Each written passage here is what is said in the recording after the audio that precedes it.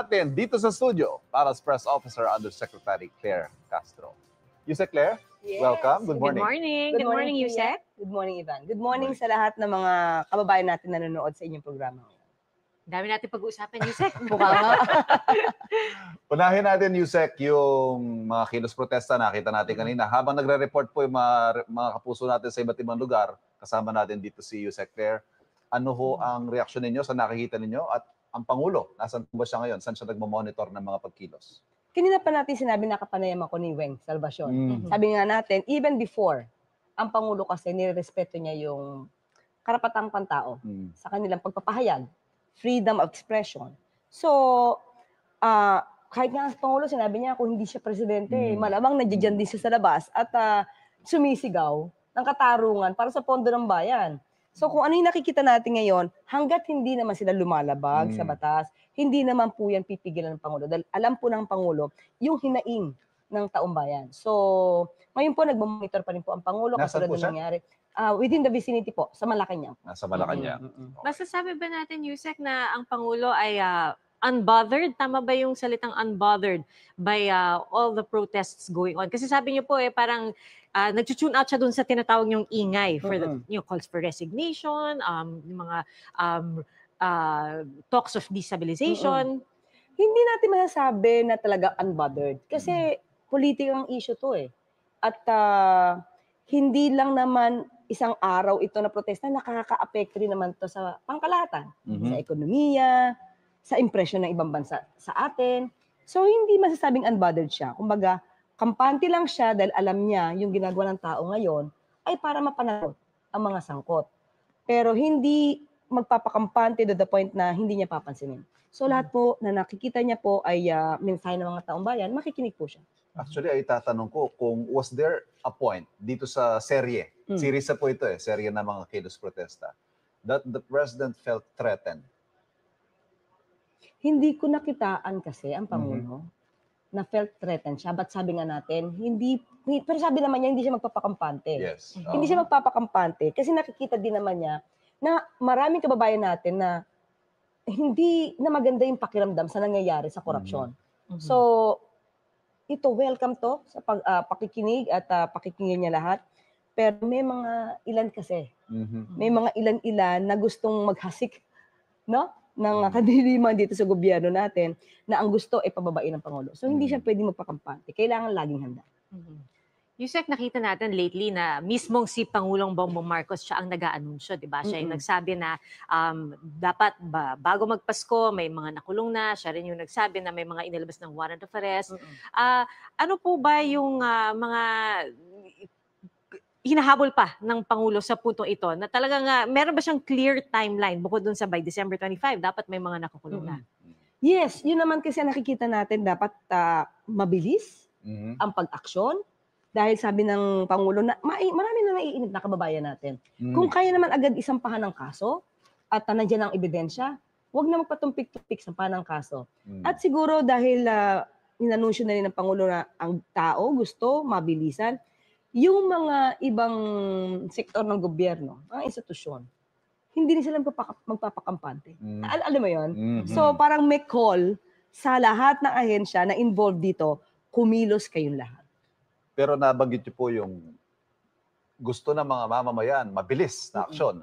May mga naiinip po, Yusek Claire.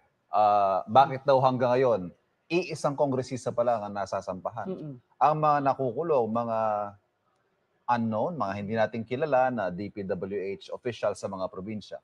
Bakit yung mga umamin na, ghost projects, halimbawa yung mga Bulacan Boys, yung ito sina Bryce Hernandez and Henry Alcantara, very obvious naman yung kanilang partisipasyon, ang kanilang kasalanan, bakit hindi pa rin sila nakakulong? Okay.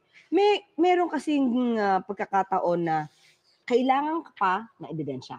Okay? Kumpletohin yan. Yung mga nasampahan na kaso, it means sa mata ng ombudsman, kompleto na to. Kaya isinampa na to. Kaya nirekomenda na isampa na to sa Sandigan Bayan. And after that, yung Sandigan Bayan naman, sila nag-issue ng warrant of arrest. So, may mga pending pang preliminary investigation sa ombudsman, sa DOJ.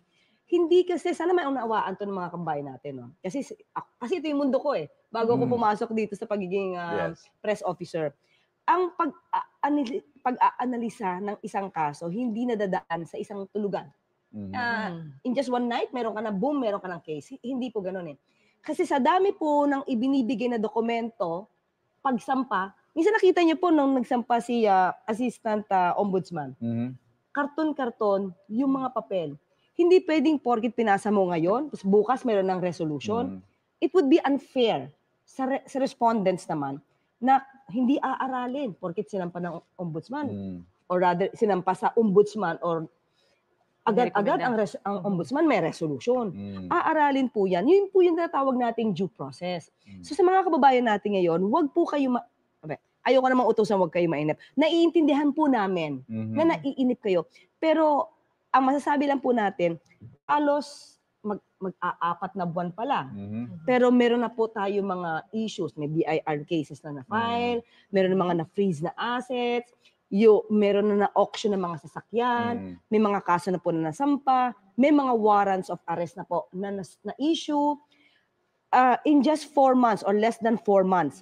As compared, hindi ko ito maiiwasang ikumpara, as compared sa 6 years ng dating administrasyon na walang ganitong nangyari. Walang malakihang pag-iimbestiga, walang warrants of arrest na issue na katulad nito, walang hinahabol na anumang sangkot. So, kung ikukumpara po natin ang bilis ng administrasyon ngayon para mapanagot yung mga sangkot, mas makikita niyo po yung positive side. Kasi nakita niyo po, in less than 4 months, nandiyan na po yung ibang mga results. Sorry, very related question po ito kasi nabanggit kanina ni Akbayan Representative Percy Sendanya. Ang reklamo ng mga kababayan natin, yung mga kinakasuhan niya, puro dilis at sapsap. Asa na yung mga balyen at mga pating? Mga malalaking isda ang hinahanap ng mga kababayan natin. Okay, marami na pong nakasuhan. May nirekomenda na pong kasuhan yung mga ibang mambabatas natin. Hintayin lang po natin muna dahil sabi nga natin, hindi ito basta-basta masasampa. Dahil may mga lawyers din to. Magkakaroon to ng counter affidavits. So titignan niyan, babalansihin yan. Anong mga ebidensya ng mga respondents, anong ebidensya ng mga complainants. So kapag ka po naman nakita ng ombudsman na meron ng certainty of conviction, isasampa po agad ito sa Sandigan Bayan. So maaari pong hindi ganun kabilis agad. Pero sabi natin less than 4 months pa lang meron nangyayari. Pero iba po kasi pag sinabi natin due process. Yung ginagalang, yung due process. Okay, sasabihin natin dilis lang ang nahuhuli sa ngayon. Dilis man yan, malaking isda man yan, may napapanagot dahil may nagnakaw sa pondo ng bayan. Yusek, isa po sa mga nabanggit kanina, no, nung mga nagkikilos protesta, gusto rin nilang makita ng institutional reform. Yung tinatawag nilang totoong reforma na, syempre may makakasuhan, may makukulong, pero what happens next? What happens after this? So, ngayon ba, pwede na nating pag-usapan kung ano yung mga institutional reforms na nais ipatupad, halimbawa ng Malacanang? Unang-una, syempre, tignan natin sa kabinete.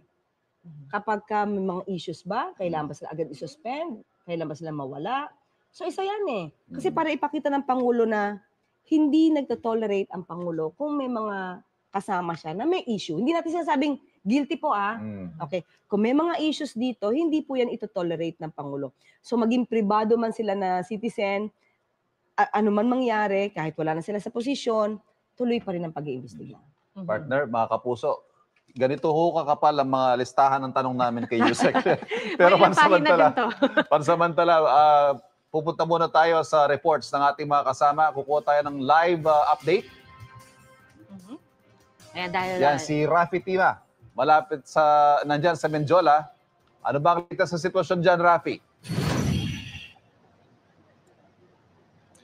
Ivan Pia, live nga tayo dito sa Menjola. Kung sa mga ibang lugar ay punong-puno ng mga tao, dito sa ating kinaroroonan ay tahimik at bantay sarado ngayon ng mga pulis. Yung 3 kalye na papasok dito sa mismong Menjola ay sarado na. At hindi lang basta sarado, ilarawan lang natin kung gaano katindi yung pagbabantay dito ng mga pulis. Itong ating kinaroroonan ay may mga nakaharang na mga concrete barriers. Bukod dito, sa hilera ng mga concrete barriers, ay may mga concertina wires pa na nakapalibot.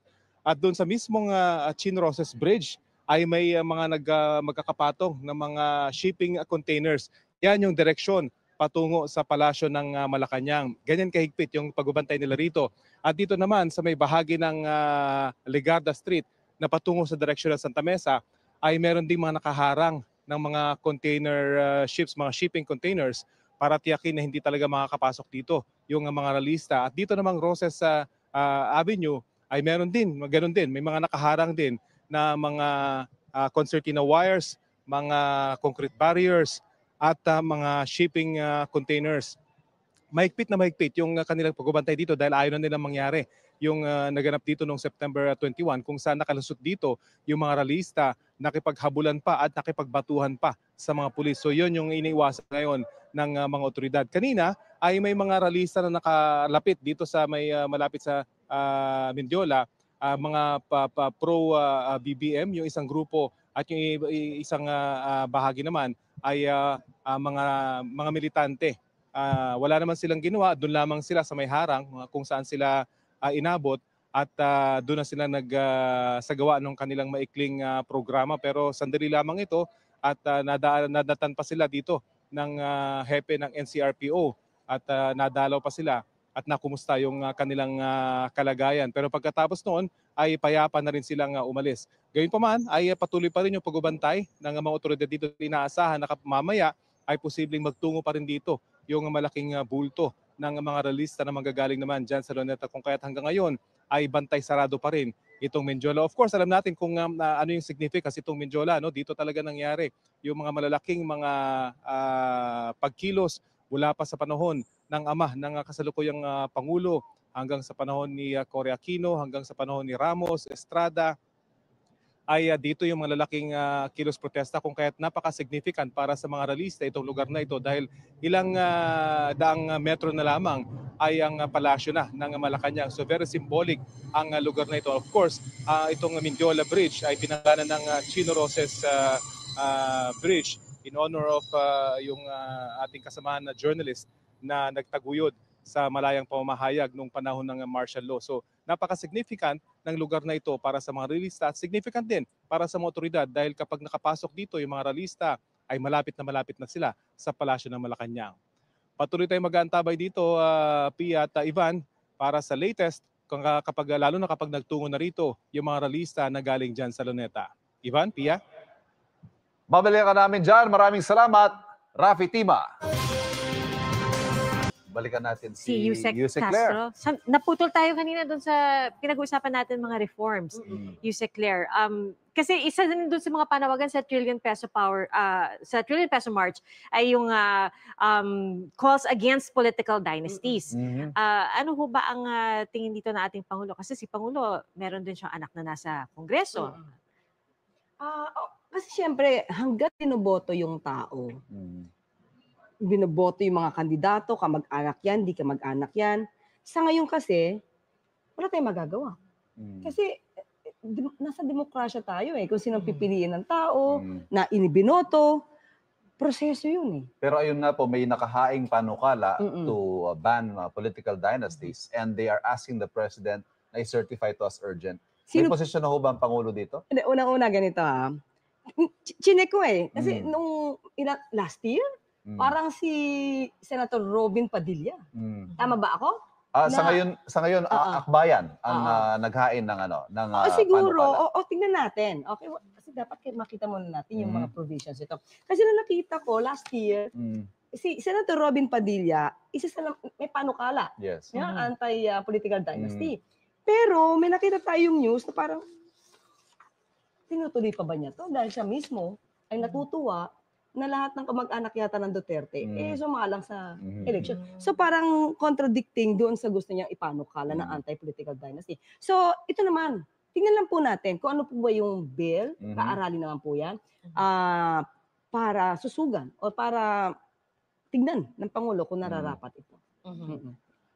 Samantala, and we are here with all our white hair and all our baston and all, and we are here to say tama na, sobra na, ikulong na ang mga kurakot, mga diastiya. We get them out. What is it? Sabi nyo kanina, ay yung mga kasama nyo dyan, some of them were your companions 40, 50 years ago at NAMFREL. And you said that this is a defining moment.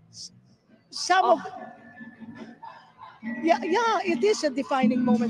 You know, Pia, I mean, the people I came with here were the people who were the same people who were together in the EDSA March 40 years ago.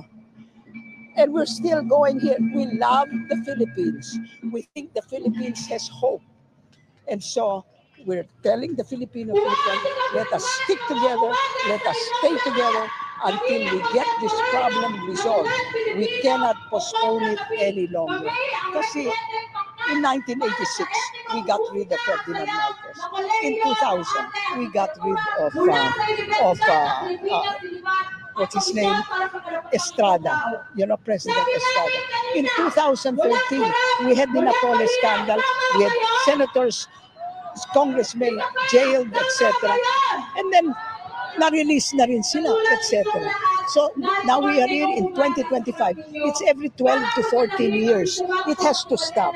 That's why I'm saying it's a defining moment, because we've got to stop it right here and now and not wait for the next 12 years or 14 years to come. We have the numbers, we have the rage, and we have talagang garapalan, these dynasties and this corruption.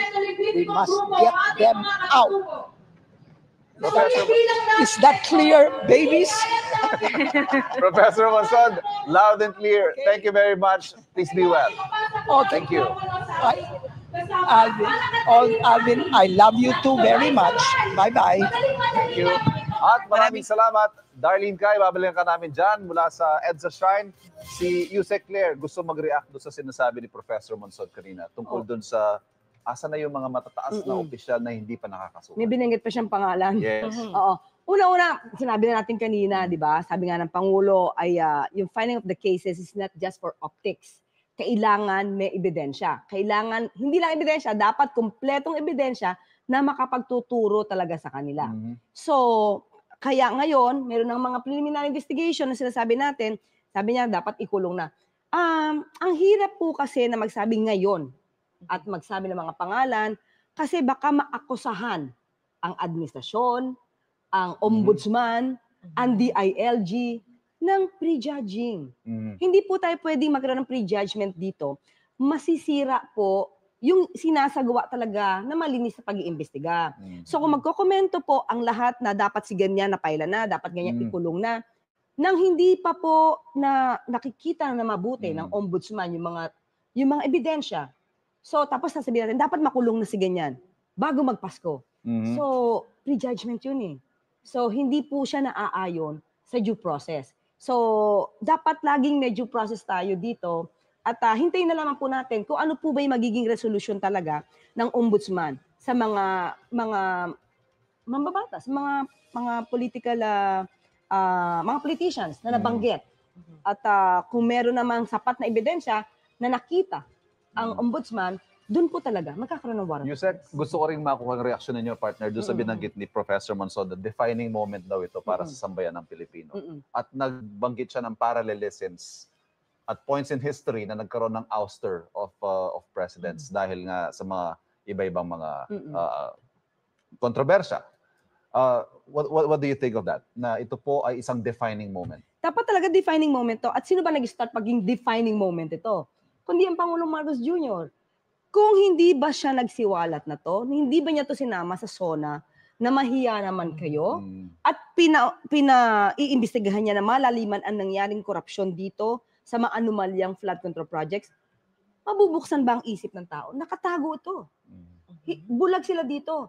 So talagang dapat defining moment to, especially sa ating Pangulo dahil siya yung nagbukas nito. Kung hindi niya po ito binuksan at hindi po siya naggalit sa mga corrupt na to, nandiyan po ba kayo?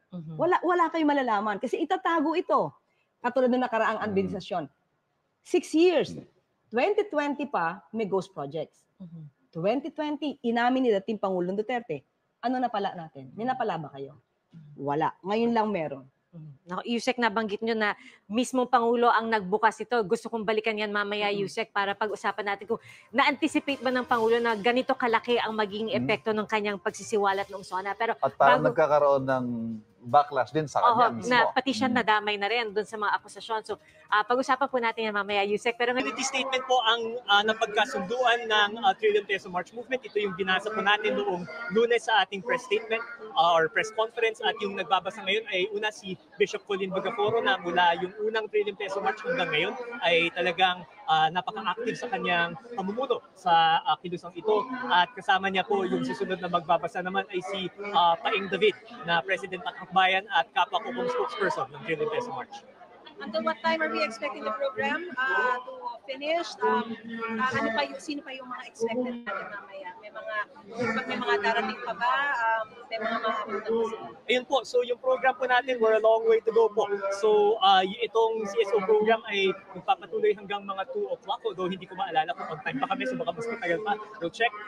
And then pagkatapos po ng CSO program, magkakaroon naman po ng youth program na dito naman maghahayag yung mga kasama po nating kabataan. At kung dito yung maraming mga artists na magtatanghal, ay dito din po yung magpo-perform. So we're expecting yung performances ng Moro Beats at over October dito sa second part. Yung performance naman ng Ben and Ben ang magpo-close po sa ating CSO program. At sa mga magsasalita po, nandyan po si Kong Percy Sindanya na na-interview niya, si Kong Laila de Lima, si Kong Chel Diokno, si Chief Justice Tony Carpet, ko si earlier ay click na sa program din siya. Sorry, di ko na, sa dami nangyayari, di ko na memorize, pero marami pa rin po, marami pa po kayong mapupuntahan dito sa Trillion Peso March, so come on down po. Marami pang maabutan. Maraming salamat Tito D, ang co-convener po ng Team Dave. Maraming salamat at good luck sa inyo. Wishing you all the best.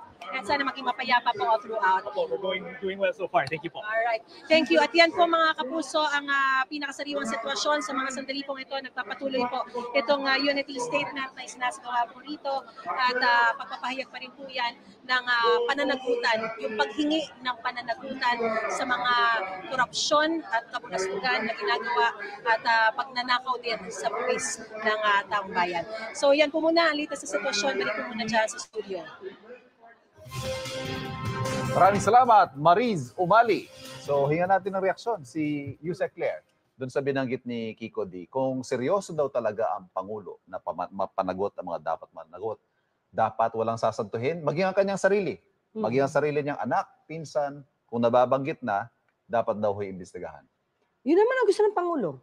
Even before, at the start, walang sasantuhin, kamag-anak, kaalyado. O pati siya. Pati siya. Mhm. So, sabi nga ni Sir Kiko, may positibo naman dahil may nakikitang aksyon. Pero gusto na kasi mapanagot, yung siguro yung malalaki na mga tao, yung mga may impluwensya. Pero still, sasabihin nga natin, unti-unti ito, hindi ito nadadaan sa dahas. Pero Yusek, will the President submit to the ICI? Of course. Yun naman ang gusto ng Pangulo. Kung sakali halimbawa, ipatawag siya o imbestigahan siya, haharap siya? Kung meron na ipipinpoint sa kanya, sasagot ang Pangulo.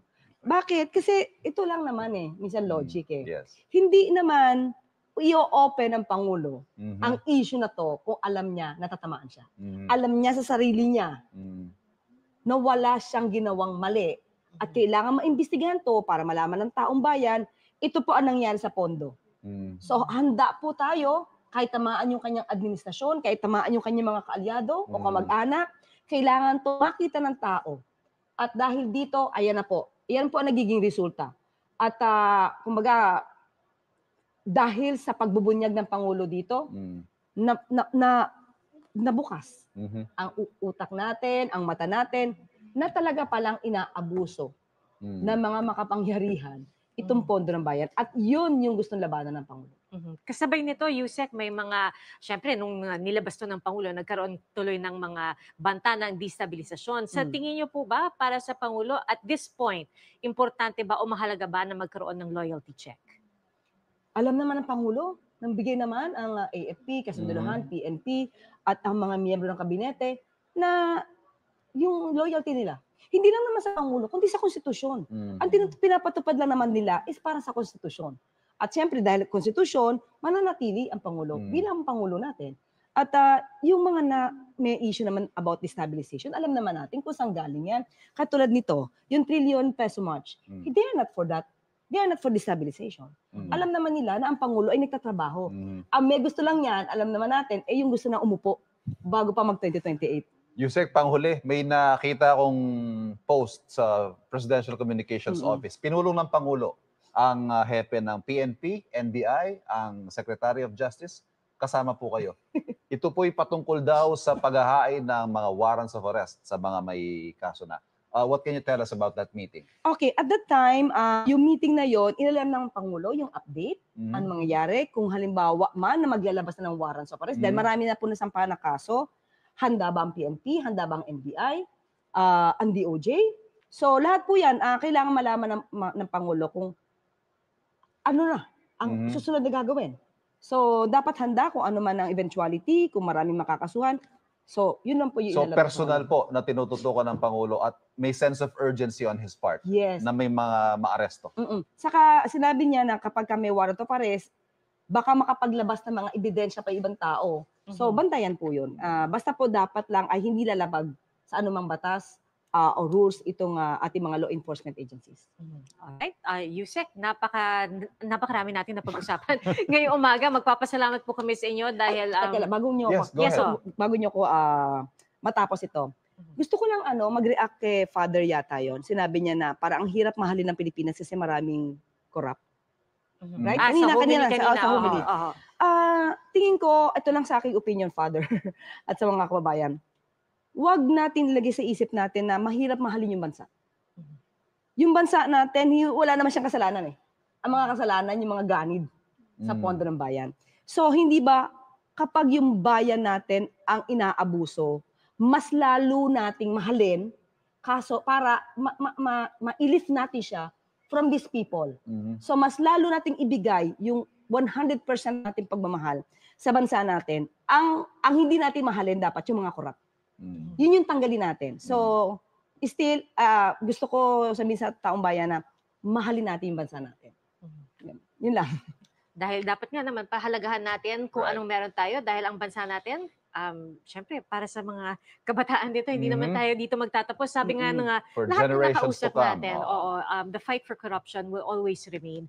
Yusek, maraming salamat po. Thank you very much. Thank you It's very my much. honor, Pia, Ivan, to be here at GMA. Palace Press Officer, Undersecretary Claire Cas.